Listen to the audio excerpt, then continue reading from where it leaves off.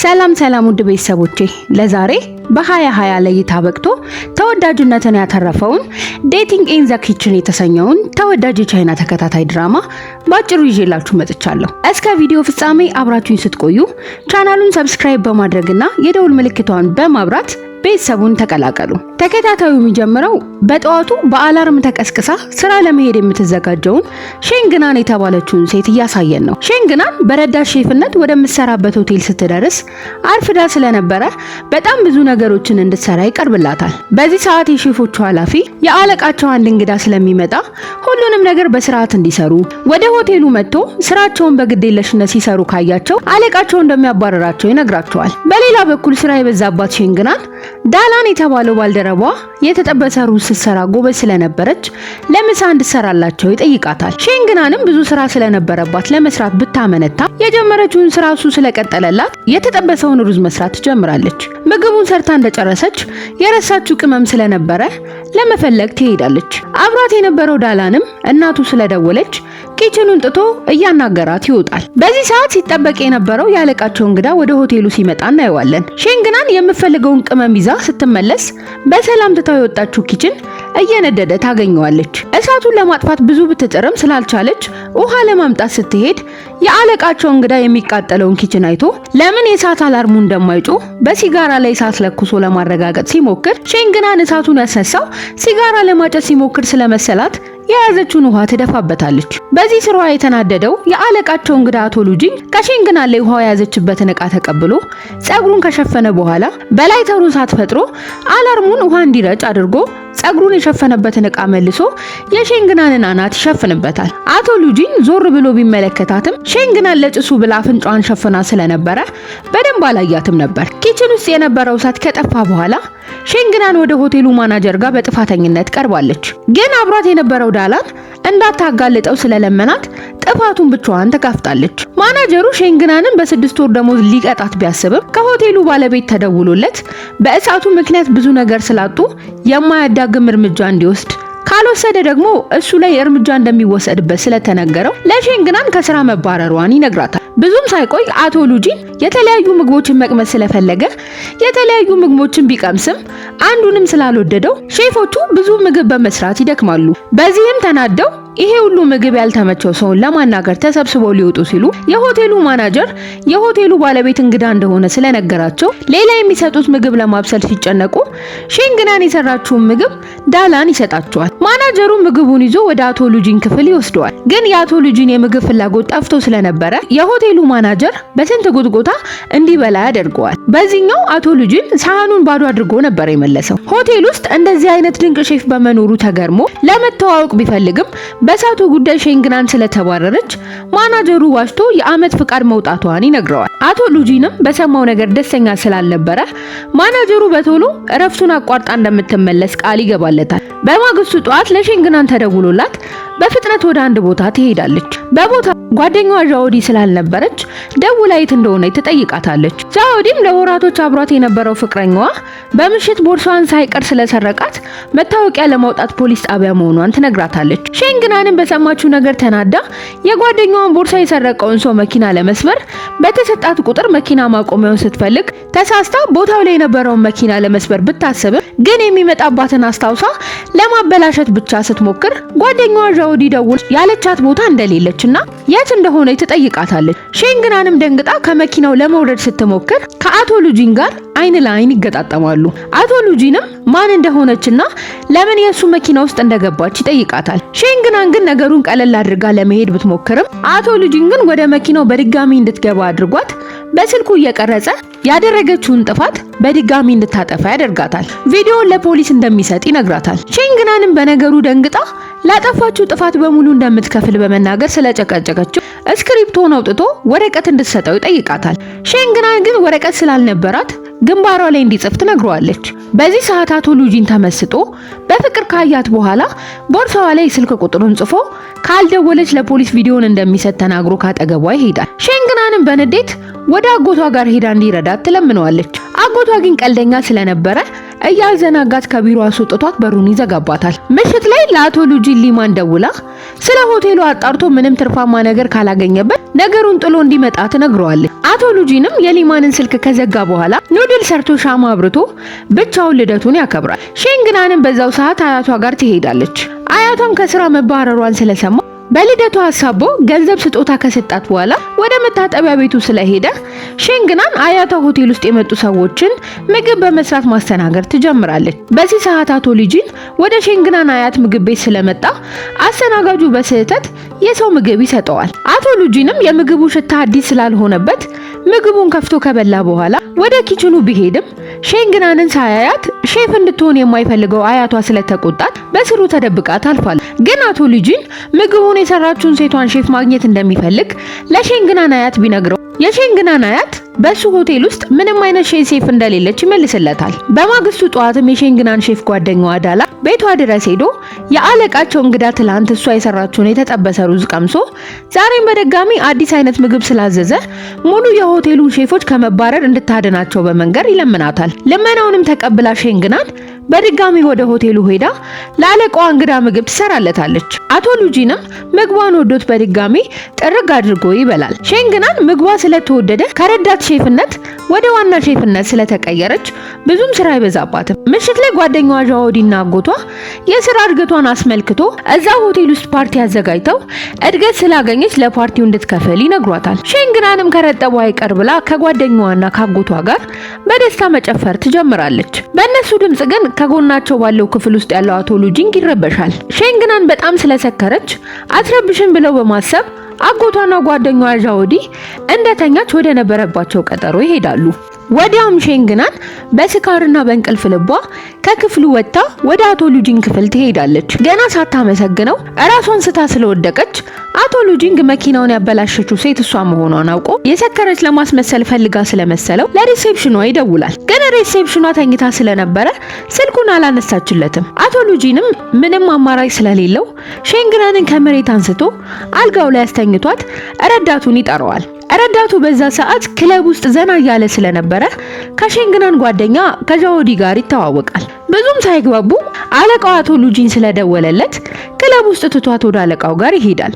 አቶ ሉጂንም ሼንግናን መኪናውን ያበላሸችበት ሴት መሆኗን ነግሮት ማንነቷን እንዲያጣራ ስለፈለገ ረዳቱ ሚንግ ሼንግናን ማን እንደሆነች ለመጠየቅ ወደ መኝታ ክፍሉ ይገባል። በዚህ ሰዓት ሼንግናን ወደ ክፍሉ በገባችበት በር ወጣ መሄዷን ያስተውላል። ሼንግናን አቶ ሉጂን ክፍል ውስጥ የተፈጠረውን ሁሉ ነገር አስታውሳ የሆቴሉ ባለቤት መኪናውን ያበላሸችበት ሰው መሆኑን ስላወቀች ሳያውቃት ራሷን ደብቃ መስራት እንደምትችል ለጓደኛዋ ለዣኦዲ ትነግራታለች። በማግስቱም እንደተለመደው ለአቶ ሉጂን አሪፍ ምግቦችን ስለሰራች ለማናጀሩ ሊያገኛት እንደሚፈልግ ይነግረዋል። ማናጀሩም ለሼንግናን አቶ ሉጂን ሊያገኛት እንደሚፈልግና ካገኘችው ዳጎስ ያለ ጉርሻ እንደሚኖራት ይነግራታል። ሼንግናንም አብሯት የሚሰራው ዳላንን ልካ ምግቧ ከተመቸው እሷን ማግኘት እንደማያስፈልገው ብትነግረውም አቶ ሉጂን ግን ዳላንን ሳይሰማው እሷን ለማግኘት ወደ ኪችኑ ይሄዳል። ይሄንን ያየው ዳላን ለሼንግናን ደውሎ ይነግራታል። ሼንግናንም ከአቶ ሉጂን ለማምለጥ ስትሞክር ከጸጉሯ ላይ ሻሿ ስለወደቀባት አቶ ሉጂን ሻሹን ያነሳዋል።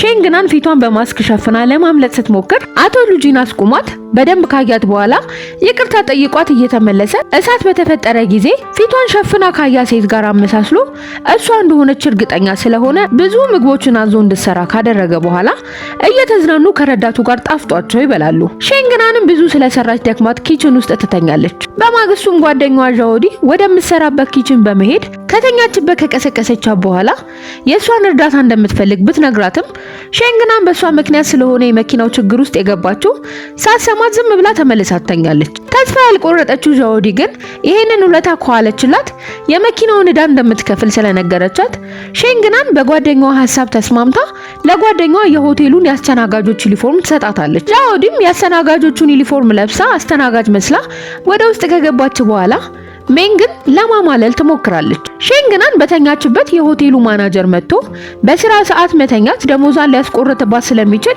ወደ ውጪ ወጣ ንፋስ እንድትቀበል ስለነገራት ሼንግናን ንፋስ ለመቀበል ትወጣለች። ውጪ ላይ አንድ የተነፈሰ አሻንጉሊት አይታ ለመንፋስ ስትሞክር ከፊት ለፊቷ ቆሞ ስልክ ሲያወራ የነበረውን አቶ ሉጂንን ስለመታው ውሃ ውስጥ ይወድቃል። እንደተለመደው ሼንግናን ለጥፋቷ ይቅርታ ለመጠየቅ አበባ ይዛ ወደ ክፍሉ ብትሄድም ረዳቱ ሜንግን ስለሆነ ያገኘችው የይቅርታ መልእክቷን ብትነግረው ረዳቱ እናቱ ሜንግ ግን ላበላሸችው መኪና ካሳ በ2 ቀናት ውስጥ እንድትከፍለው ይነግራታል። ሜንግ ወዲያውም አቶ ሉጂንን አግኝቶ ሼንግናን እንደዚህ የምታደርገው ለሆነ ነገር ልትበቀለው ፈልጋ እንደሆነ ስለነገረው አቶ ሉጂንም የማይሆን ምግቦችን ከመሸብ ያዝም ብዙ ሰዓት ስለቆየ እራሱ ወደ ኪችኑ ይሄዳል። ግን ኪችን ውስጥ ሰው ስላላገኘ ሼንግናን የሰራችውን ሾርባ እያጣጣመ ከቀመሰ በኋላ አዙሮት እዛው ይወድቃል።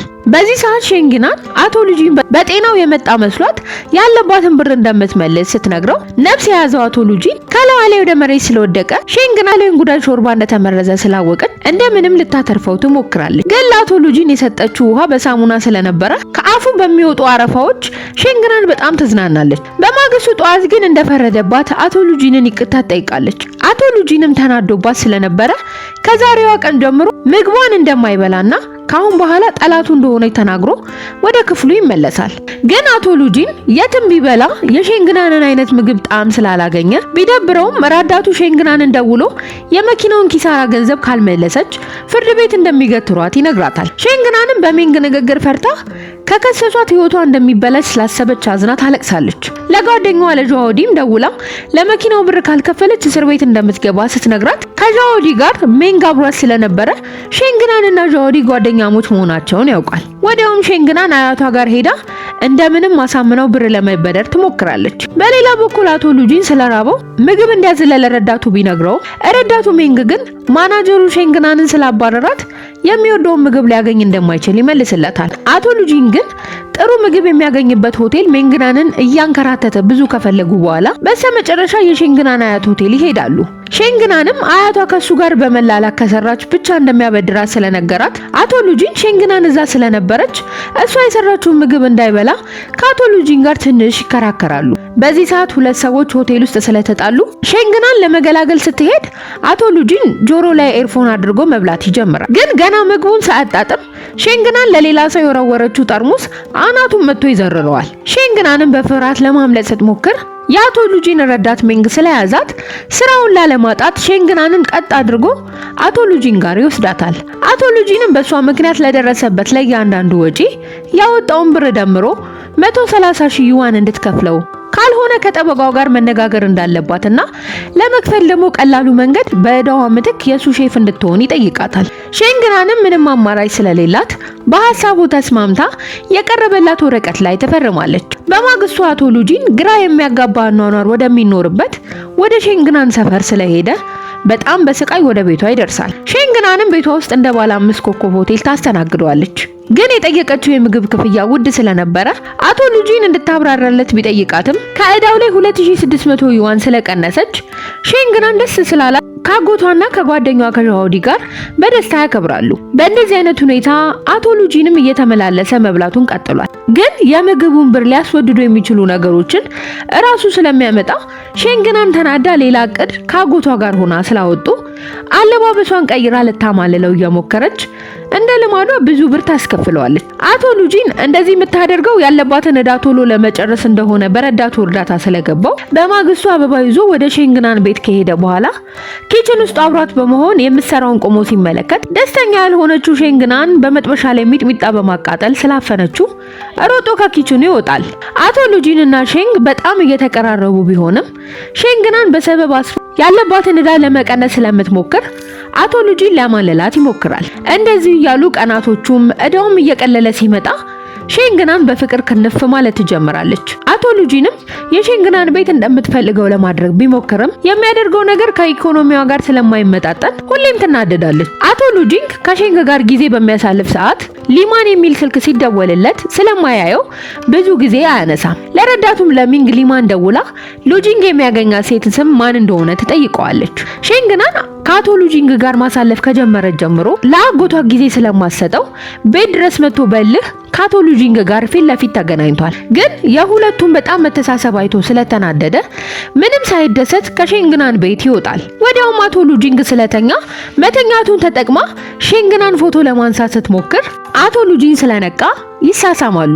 አቶ ሉጂንም በነገሩ ተደናግጦ ከሼንግናን ቤት ከወጣ በኋላ እቤቱ እንደደረሰ ስለ ሼንግ በማሰብ ስላሳለፏቸው ነገሮች ይገረማል። በማግስቱ ሊማን ወደ አቶ ሉጂንግ ቤት ስለመጣች አንዳንድ ነገሮችን ለማስተካከል ስትሞክር ከአቶ ሉጂንግ ኮቱ የሼንግናንን ሰርተፊኬት ታገኛለች። በትውስቷ ከዚህ በፊት በሷ ምክንያት አቶ ሉጂን ከፍቅረኛው ጋር መለያየቱን ታስታውሳለች። ከትንሽ ሰዓታት በኋላ አቶ ሉጂን ወደ ቤቱ ስለመጣ ሊማን ነገ ቃለ መጠይቅ ስላለው አብሮ መሄድ ስላለባቸው የመጣበት ጉዳይን በቶሎ ጨርሶ ጠቅልሎ መመለስ እንዳለበት ስለነገረችው አቶ ሉጂን ተጨንቆ ሼንግናንን ለማናገር ስለፈለገ ውጪ ራት እንዲበሉ ይቀጥራታል። ከተገናኙ በኋላ ምንም ዕዳ እንደሌለባት ከዛሬ ጀምሮ ለሱ ማብሰል ግዴታ እንዳልሆነባት ስለዚህ ከዚህ በኋላ ስራ ስላለበት ምግብ ለመብላት ወደ ቤቷ እንደማይመጣና እርቆ ሊሄድ እንደሆነ ይነግራታል። በዚህ ሰዓት ሼንግናን በጣም አዝና እያለቀሰች የጀመረችው ምግብ ሳትጨርስ ከአጠገቡ ተነስታ ትሄዳለች። በማግስቱም የተሰማትን ሐዘን ስሜት ለመርሳት ወደ ገበያ ሄዳ ከነጋዴዎቹ ጋር በመከራከር ስለምታዘጋቸው ብዙዎቹ ነጋዴዎች ላለመጨቃጨቅ በፈለገችው ዋጋ ይሸጡላታል።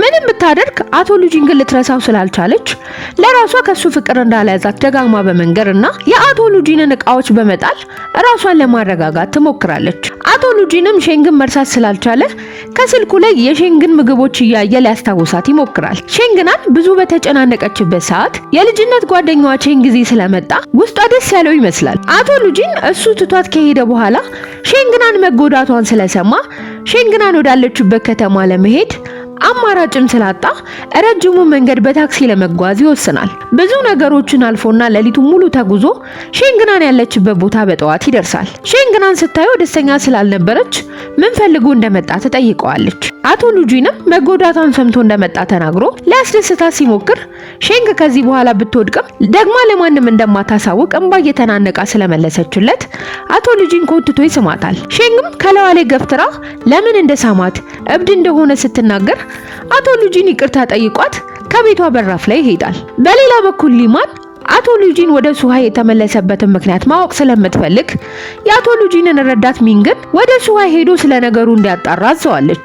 ሚንግም ወደ ሱሃይ ከሄደ በኋላ አቶ ሉጂንን ስላገኘው ስለ ነገሩ ለማወቅ ይሞክራል። በማግስቱ ጧት ሼንግናንን ወደ ስራዋ ለመመለስ የሆቴሉ ማናጀር ቤቷ ድረስ ስለመጣ ወደ ስራዋ ተመልሳለች። ወዲያውም አቶ ሉጂን ከነበረበት ክፍል ትዕዛዝ ስለደረሳት ምግቡን ሰርታ ይዛ ብትሄድም ክፍል ውስጥ የነበረው ሌላ ሰው ስለነበረ አዝና ወደ ኪችኑ ስትመለስ ሁሉም ሰራተኞች ሲያጸዱ ስላየች እሷ ከወጣች በኋላ ምን እንደተፈጠረ ዳላንን ትጠይቀዋለች። ዳላንም ሆቴሉን አዲስ አለቃ ስለያዘው እየመጣ ስለሆነ እንደሚያጸዱ ይነግራታል። ወዲያው ግን አዲሱ አለቃቸው የልጅነት ጓደኛዋ ቼንግዚ መሆኑን ስላወቀች ወደ ቼንግዚ ተጠግታ ሆቴሉን የገዛው አቶ ሉጂን ወዴት እንደሄደ ጠይቀዋለች። ቼንግዚ ምንም እንደማያውቅና ሁለቱ እንደሚተዋወቁ ሲጠይቃት ሼንግናን ቀድማ ስላስቀየመችው እንዳያስብ ነግራው ካጠገቡ ትሄዳለች። ሼንግ በነገሩ ግራ ስለተጋባች የጓደኛዋ ዣኦዲን ምክር በመስማት ለመንገድ የሚሆን መጠጧን በጥሩ ሁኔታ አብስላ ይዛለት ብትሄድም እቤቱ ሰው ስላላገኘች ለጓደኛዋ ደውላ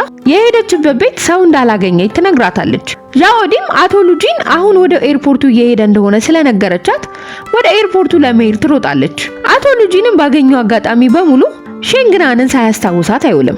ሼንግናን አቶ ሉጂንን ለማግኘት ብዙ ብትለፋም ነገሩ ተለውጦ ከኤርፖርት ወደ ባቡር ጣቢያ እንደሄደ ሰምታ ባቡር ጣቢያ ከደረሰች በኋላ አቶ ሉጂንንም ሳታገኘው የሰራችውን ምግብ አንድ ሰው ሲገፈትራት ትደፋዋለች። በዚህ የተነሳ ሼንግናን ደንግጣ የተደፋውን ዕቃ ልታነሳው ጎንበስ ስትል አቶ ሉጂንግ ስለመጣ ሼንግ በጣም ደስ ብሏት ፈገግ ትላለች። በማግስቱም ሊማን ባለችበት ወደ አቶ ሉጂንግ ቤት ሄዳ ስጦታ የሚወደውን ኬክ ይዛ ሰርፕራይዝ ለማድረግ ስትሞክር አቶ ሉጂንግ ለሊማን የሆቴላቸው ምርጥ ሼፍ እንደሆነች በመንገር ሲያስተዋውቃት የደነገጠችው ሼንግ በሆቴሉ ሼፎች ስም መልካም ምኞቷን ገልጻ ከቤት ትወጣለች።